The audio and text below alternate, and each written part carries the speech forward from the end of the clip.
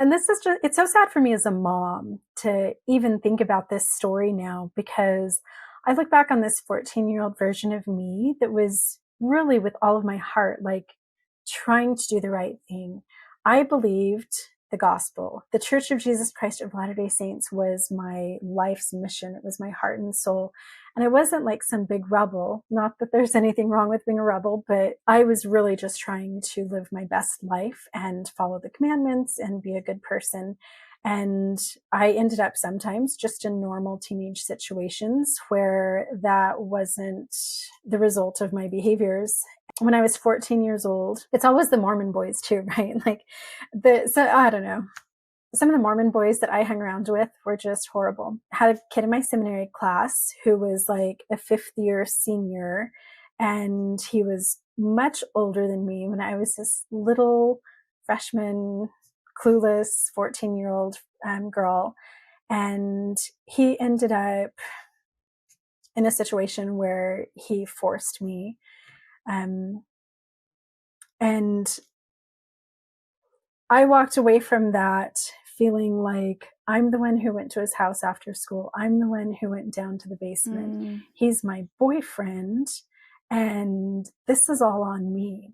I had no way to even process it. I didn't have anyone that I could turn to.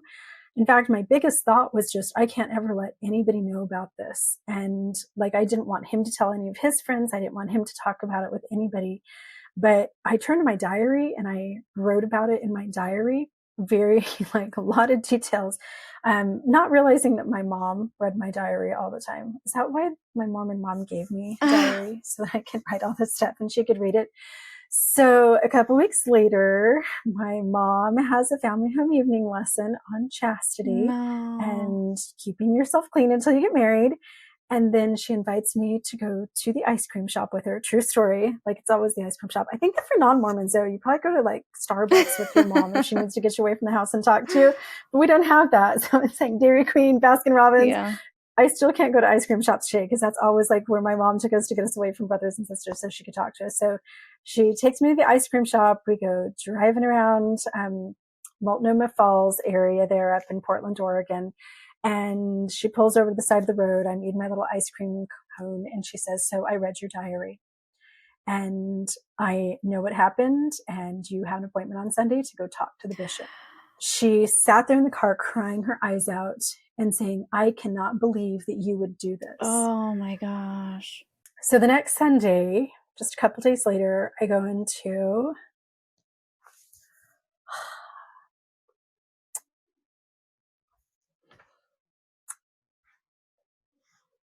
my Mormon bishop's office.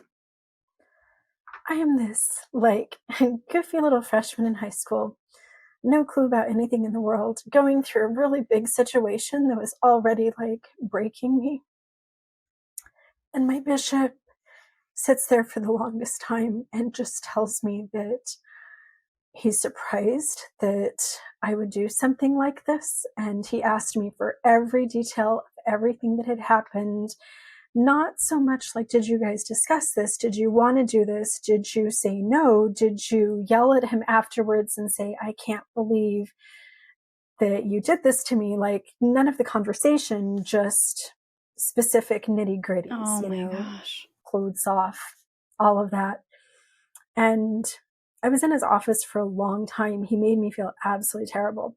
So then he calls my mom in at the end and he says, I want you to drive Jennie to Deseret Book over in Clackamas, and I want you to get a copy of the Miracle of Forgiveness book for her and have her read it twice. He then told me that I was like the seminary class president at the time.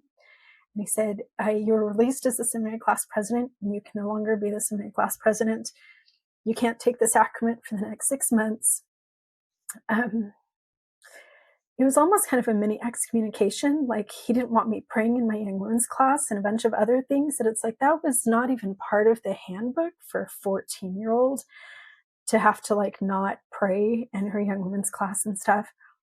So my mom drives me to Deseret Book and she buys this book for me. And I don't know why they read it twice, like to make sure it's sink in.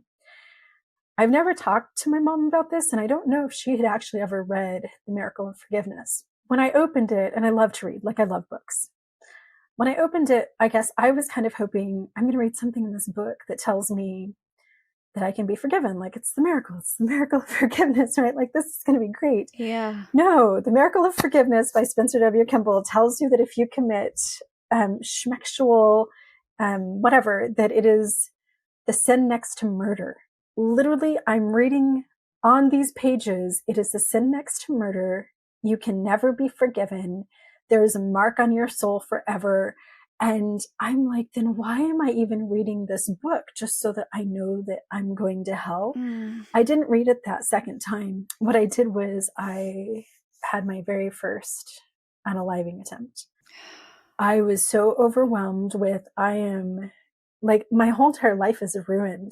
Like all of these thoughts for the next couple of days just kept flashing through my head. Like everything that I'm working towards, like growing up and becoming a mom and like having some return missionary come sweep me off my feet and fall in love with me. Now I'm so dirty and damaged that none of the good boys are ever going to want to marry me. And I couldn't imagine a life without a husband or anything. And it's like, so then what? So then I'm just going to be single? Like, I'm going to marry some terrible person? Like, I couldn't even picture a future after what had happened to me.